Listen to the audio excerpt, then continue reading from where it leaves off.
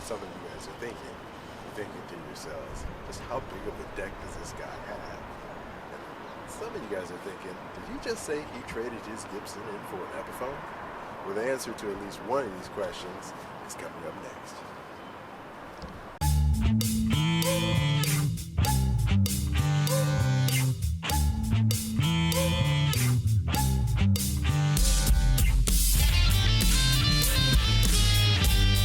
Hey everybody, Mike Williams, upstairs to the right music. No, you didn't read that title incorrectly. It's not clickbait. But before I get to that subject, I'd like to preface all of this by talking about this guitar right here. This is my 1994 Fender Telecaster, made in Japan, all original. Everything still original on this, just as I bought it in a pawn shop around 98, so it'd been out there on the streets for about 4 years before I got it. And I got it for about $100. And of course, these days it's 10 times that cost for these because these are recognized as great instruments. As, for example, I used it on this TV commercial. There's no denying it. You can still look your best, even after facing the worst, like 25-hour days, sleepless nights, intense summer heat, extreme winter cold, harsh makeup. All of that's just no match for this. Wow. Crystal clear skin, ready for anything. So as you can see, it's a fantastic sounding guitar. This guitar has been heard by millions of people. If I think about the TV commercials and other productions and things that this has been used on, played in theaters, all played to TVs, radio, this guitar has reached the ears of a lot of people. This $100 pawn shop guitar. And Monica Butterscotch is what I call her. So Monica here has been through a lot. If you look here on the back, you can see it's a 1, 2, 3, 4 piece basswood guitar. The neck is maple, so why do I talk about this? Well, I mention this because a lot of people would look at you crazy if you were to say, I traded, a Les Paul, Gibson Les Paul Standard USA for an Epiphone Les Paul. Why would you do something like that? Well, as if you saw my last video, we discussed this Les Paul in question, this Epiphone 59 Les Paul. As you saw in that last video, is really a fantastic guitar. I am stunned of the quality of this guitar. But it really comes down to sound. The reason why I really gravitated towards Monica here next to me is because she sounds so good. And that's my first primary concern, is the sound of an instrument. See, from a financial standpoint, if it cost me $24.99 to get that Les Paul sound, okay, then so be it. But if I can get that same Les Paul sound at $7.99, then all the more better. See, it's the tonality of the guitar, not the looks in this case, in my case, that is the deciding factor as to whether it's a keeper or not. I do recording, and so I'm looking for the sonic aspects of a guitar more than the looks. Now, as we talked about before, the price differences between these guitars, this Epiphone being at $7.99 and the Les Paul Standard 60s or 50s being at $24.99, what is the big price gap difference in those guitars? And what you're really paying for, honestly, with the Gibson USA is the quality of the woods and the fit and finish. Tonal wise, the difference between those Les Pauls and this Les Paul Epiphone is not very great at all. As a matter of fact, I'll go to say that with the long neck tenon, which, you know, it always bothered me that that Les Paul Standard didn't have a long neck tenon at that price. The 50s wiring that's in this, this has a true 50 wire, the Mallory caps, the Bursberger pickups. Tonally, this guitar, and weighing under 9 pounds at 8.8 pounds, so it's a little bit on the lighter side, which is good. It resonates very well. Tonally, this guitar turned out to be superior to my ears. And so the Gibson had to go because it didn't really make sense to hold on to that guitar from a financial standpoint. For me, I'm all about business. You know, I don't want to tie money up into something for my studio that is just going to sit around and is not going to do the job, as something like this, which fortunately in this case happened to be cheaper, did. So that is my reasoning and my reason behind letting the Les Paul go. Because quite frankly, this Epiphone is sonically, in my opinion, was superior in a lot of ways.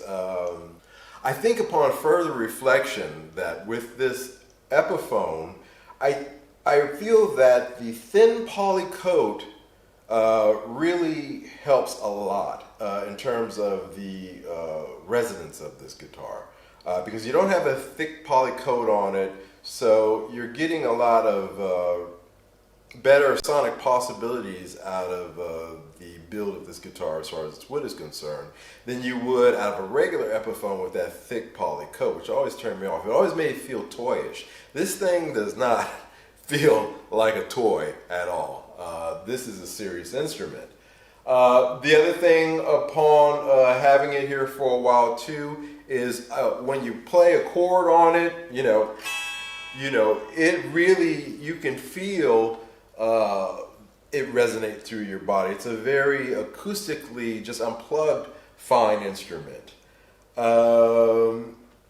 Yeah, plugged in, I find that these unpotted Bursberger 2 and 3, I'm sorry, 1 and 2 in this one, the 2 and 3 in the Gibson Standard, I prefer the sound of this. The Asonoki 2 magnets have a better tonal quality to me than those Asonoki 5 magnets in the Standard 60s as well, so there is that.